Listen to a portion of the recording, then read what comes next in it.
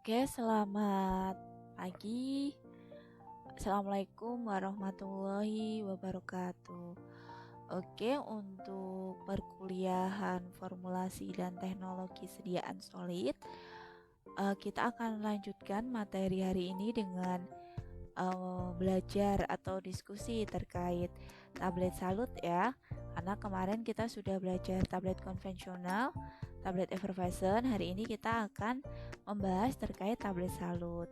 Apa saja yang akan kita bahas? Oke, kita langsung saja masuk ke materi tablet salut untuk menyingkat materi. Come on. Oke, penggolongan tablet. Penggolongan tablet kita lihat dari dua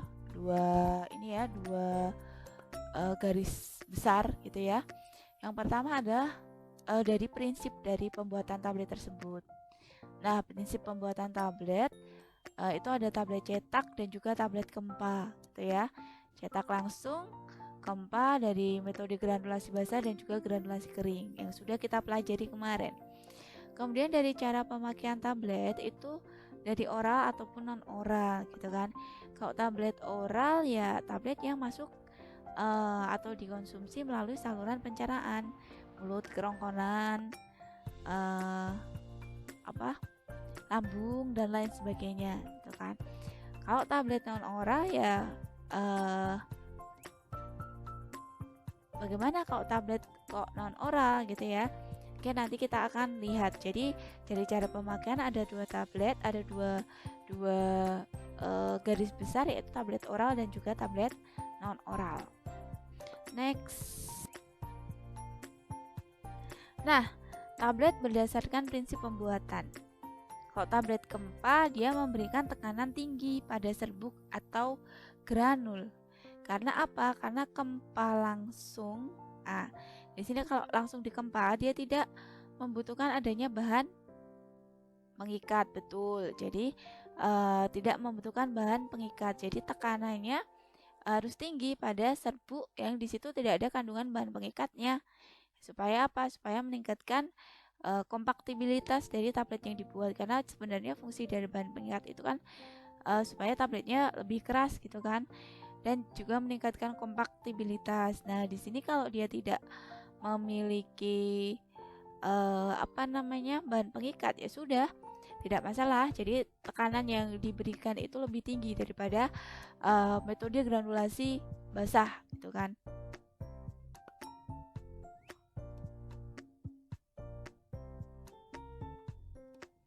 Kemudian yang kedua adalah tablet cetak ya. Dia dibuat dari bahan obat.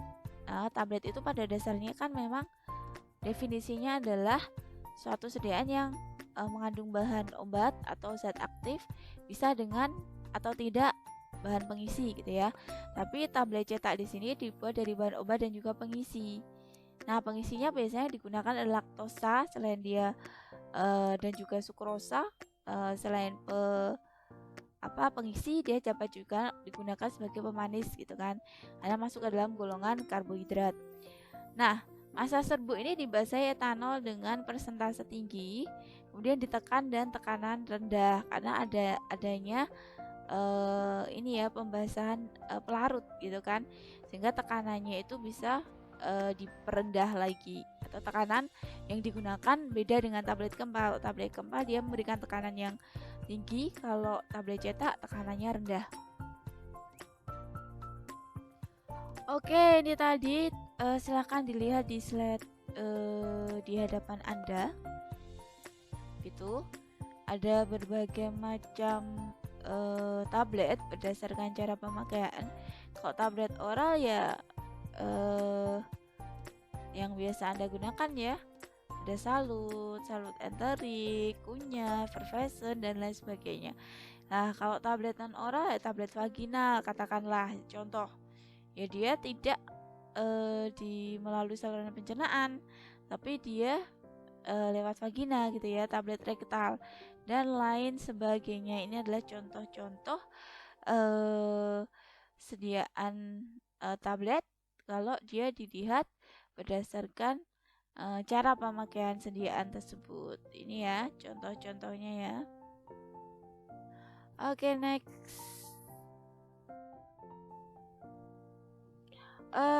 Kita harus tahu dulu sebelum kita melakukan penyalutan terhadap suatu tablet, kita harus paham sifat dari sediaan tablet itu sendiri. Nah, dikatakan tablet itu baik, itu sifatnya seperti apa? Nah, kalau dia cukup kuat dan juga cukup tahan terhadap guncangan. Jadi kalau jatuh saja itu dia tidak hancur gitu ya. Dan juga goresan selama pembuatan, pengemasan, pengiriman dan penggunaan. Jadi pembuatannya itu harus rapi sampai ke tangan konsumen gitu kan. Terus selanjutnya adalah keseragaman bahan aktif dalam bobot dan kandungan tiap tablet itu sama. Jadi zat aktifnya itu kadarnya sama. Kemarin kita sudah banyak membahas ini, kalau zat aktifnya saja kadarnya tidak sama atau zat aktifnya memiliki kadar yang berbeda, apa yang terjadi? Ya kalau kadarnya saja berbeda berarti efikasi yang ditimbulkan juga berbeda gitu kan. Zat aktif dari tiap-tiap formula juga berbeda, jadi tidak layak dia di luluskan oleh quality control. Nah, kemudian di sini bahan aktif yang dikandung memenuhi ketersediaan hayati, jadi gampang ya ditemukan bahan aktifnya. Kemudian penampilannya harus menarik, terus bentuk warna dan penanda lainnya yang dibutuhkan itu harus ada gitu kan. Kemudian mempertahankan semua fungsinya. Jadi fungsi dari sediaan tablet itu dipertahankan baik secara termasuk stabilitas fisika, kemudian stabilitas kimia dan daya kerja dari sediaan tablet tersebut. Nah, ini adalah sifat-sifat dari sediaan tablet yang dia layak di proses selanjutnya menjadi tablet yang memiliki salut gitu kan. Oke, kita masuk ke sini definisi dari tablet salut. Ya, salut ya dia tablet yang disalut gitu ya. Nah, bedanya adalah bahan penyalutnya. Bisa satu atau lebih. Nah, satu bahan saja atau campuran bahan itu kan. Kemudian yang termasuk dalam tablet salut, gelatin, warna yang diizinkan itu sebenarnya ini ya, boleh ya. Kemudian kadang ditambahkan bahan perasa atau flavoring. Nah, ini formulasi awalnya sudah ini ya, sudah dilihat gitu ya terkait definisi tablet salut. Nanti karena ada gelatin, gula, malam, pewarna, itu fungsinya apa saja silahkan dicari. Kemudian tujuan dari penyalutan tablet karena salut gitu kan, ada entah itu dengan salut gula, entah itu dengan salut film gitu kan, rasa, bau atau warna dari obat itu akan tertutup. Kemudian memberikan perlindungan fisik dan kimia. Artinya apa?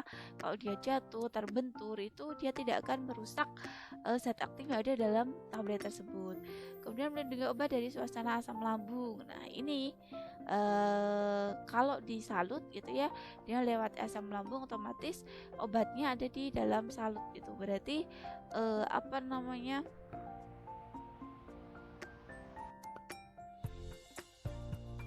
Dia kalau lewat di dalam lambung, melalui lambung gitu, tidak menimbulkan rasa perih gitu kan.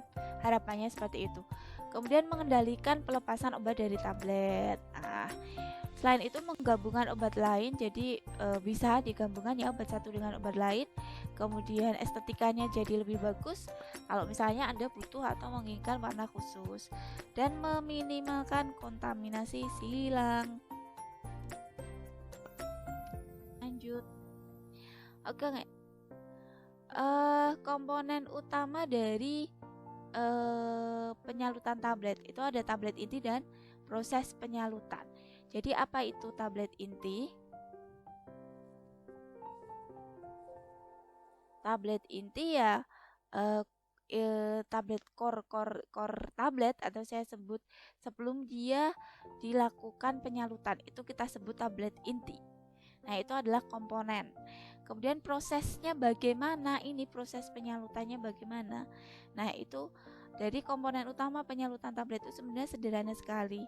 Dari tablet intinya ada atau tidak, memenuhi kualifikasi sifat mutu fisik atau tidak, kemudian proses Oke, kita ke penyalutan syarat tablet inti yang gitu kan, baik. atau core tablet tadi ya. Jadi bentuk tablet itu sebaiknya secembung mungkin. Kenapa? Jadi nanti saat dia disalut, kalau bentuk permukaannya cembung itu dia memudahkan penutupan permukaan tablet tadi dengan bahan salutnya. Jadi di sini dikatakan juga untuk memudahkan penutupan sisi tablet, khususnya pada tablet salut gula gitu kan.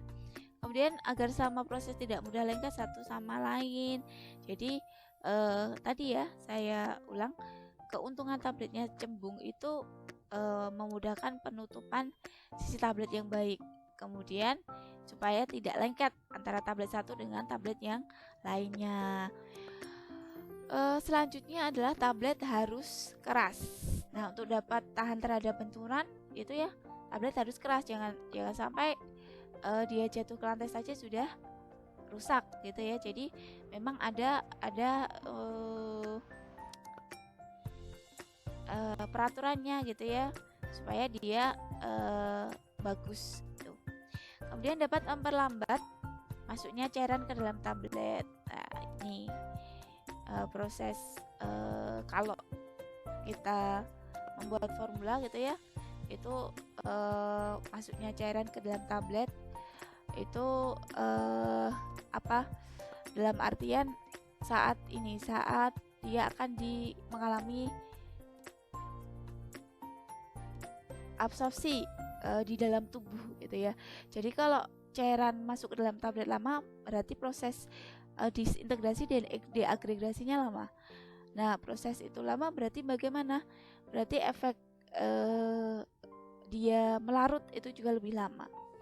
Kemudian yang ketiga, tabletnya kalau keras dia menjaga permukaan tablet tetap halus. Nah, ini tujuannya. Jadi permukaan tabletnya supaya tidak rusak. Kemudian kerapuhannya sekecil mungkin. Nah, kemarin kan ada uji friabilitas untuk melihat kerapuhan dari suatu tablet. Nah, kalau mau disalut tentu saja kita sudah memeriksa uji mutu fisik dari sediaan kita. Nah, ini jadi mencegah lepasnya partikel kasar atau halus dari permukaan tablet. Jadi kerapuhan memang harus kecil gitu kan. Kemudian yang keempat, mempunyai waktu hancur yang cepat. Ini efeknya dengan absorpsi disintegrator tester gitu kan. Nah, kemampuan obat larut di dalam tubuh. Ini dia harus memiliki waktu hancurnya yang tepat gitu ya, karena penambahan lapisan penyalut agar tetap tidak menghalangi disolusi bahan obat itu. Jadi memang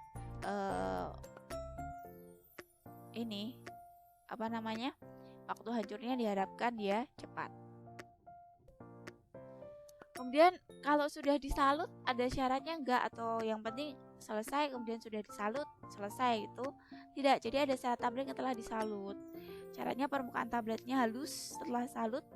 Nah, biasanya ini kalau ada anak-anak atau ada kakak tingkat kalian yang membuat tablet salut, ini praktikum gitu, biasanya permukaannya itu tidak stabil gitu ya. Jadi warnanya Dalmatian gitu kan. Kemudian lapisan penyalut harus stabil, tidak mudah retak. Oke, sip. Pewarnaan rata. Nah, kalau pewarnaan tidak rata ya hasilnya tadi harapannya tabletnya lucu pink gitu ya, hasilnya malah putih kuning gitu kan. Kemudian kenaikan berat tablet harus sedikit mungkin. Lah, kenapa kok berat tablet ini meningkat? Ya karena dilapisi salut tadi. Nah, salutnya yang dilapiskan itu tidak boleh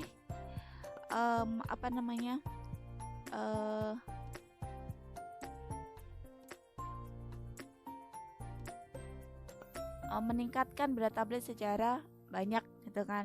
Kemudian zat aktif tetap stabil, oke, dan mempunyai ketersediaan hayati yang baik. Nah, ini.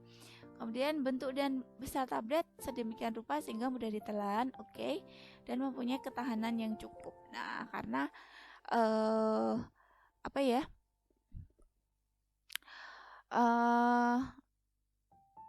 konsumsi dari suatu obat salut terutama itu kalau dia mudah dikonsumsi tentu saja efeknya akan lebih cepat.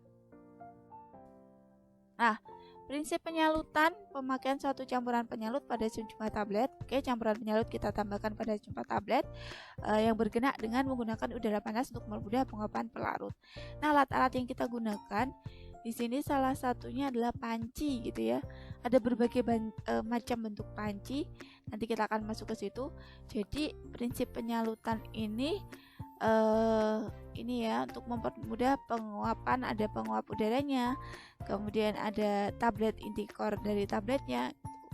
Kemudian peralatan yang digunakan ya panci penyalut standar, macam-macam panci penyalut nanti kita akan bahas. Panci penyalut berlubang dan panci penyalut bahan cair atau dari suspensi udara.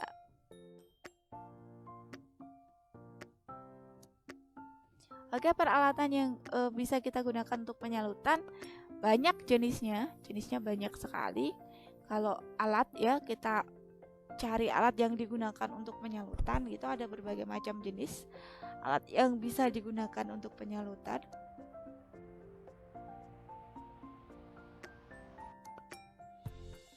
Nah,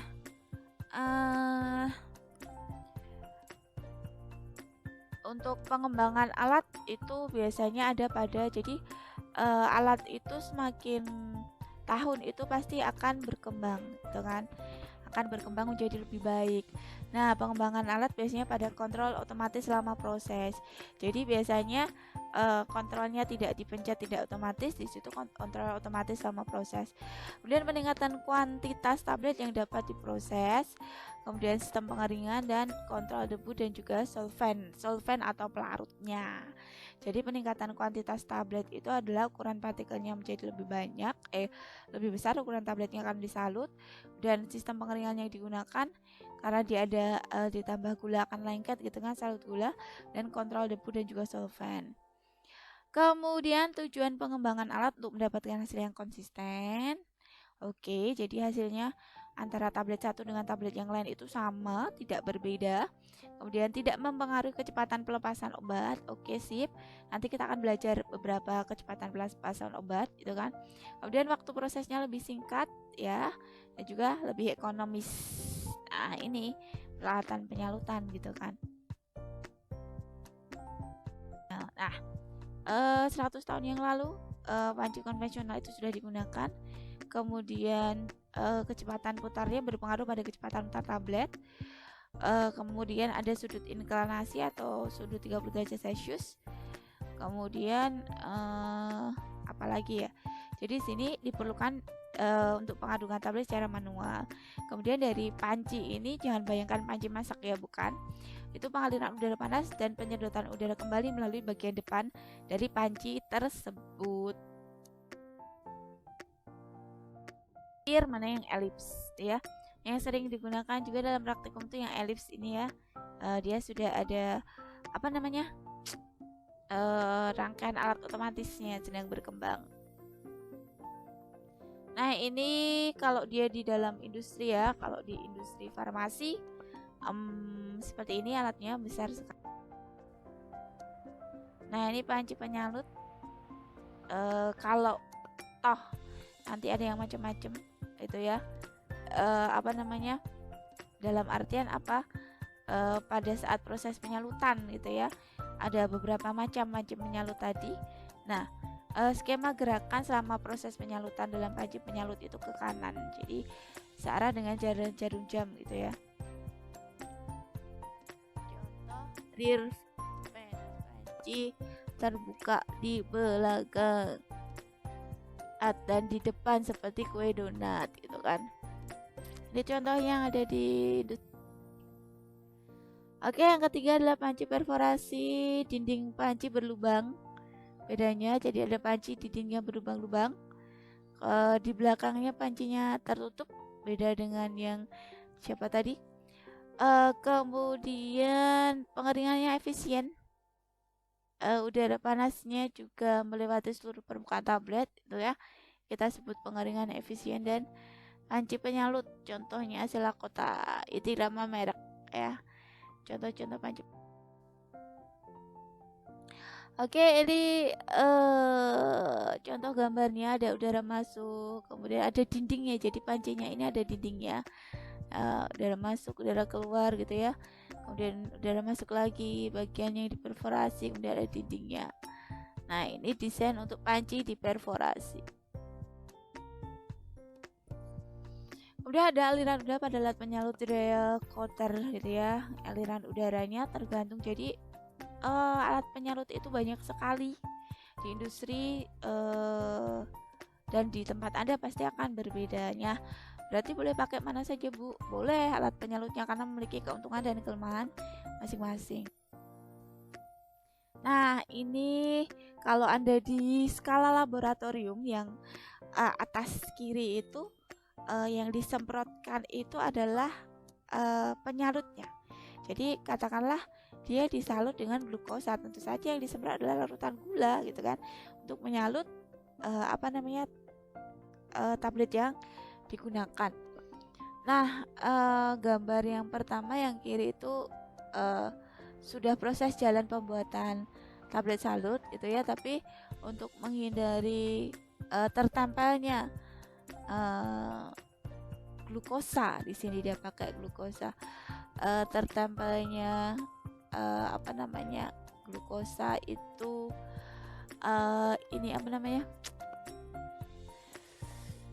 tertempelnya penyalut gitu kan, jadi di spray gitu kan supaya tidak berdekatan tablet satu dengan tablet yang lain.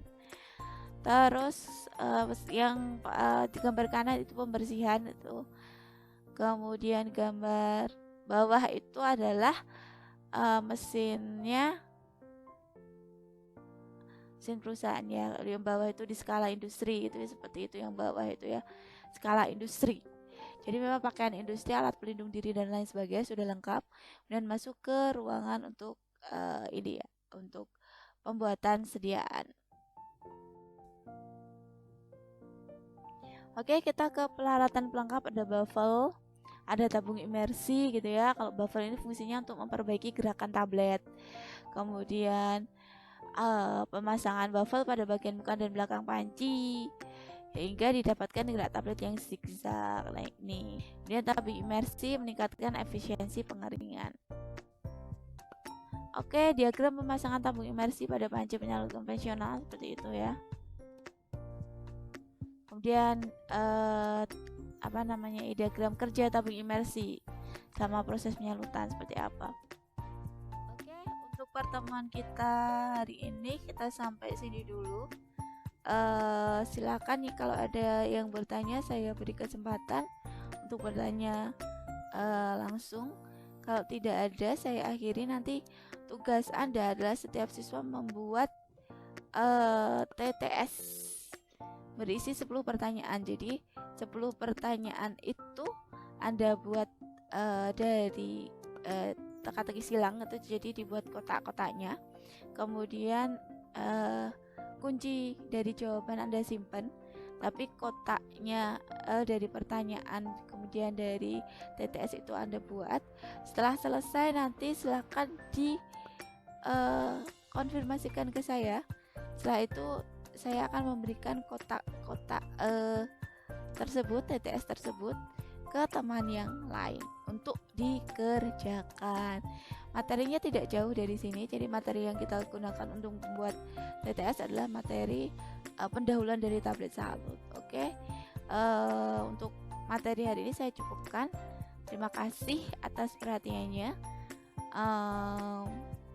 Silakan dikerjakan dengan sungguh-sungguh, disimak juga dengan sungguh-sungguh, gitu ya, supaya nanti Anda bisa mengerjakan, dan kalau tidak paham silakan ditanyakan. Oke, selamat pagi. Assalamualaikum warahmatullahi wabarakatuh.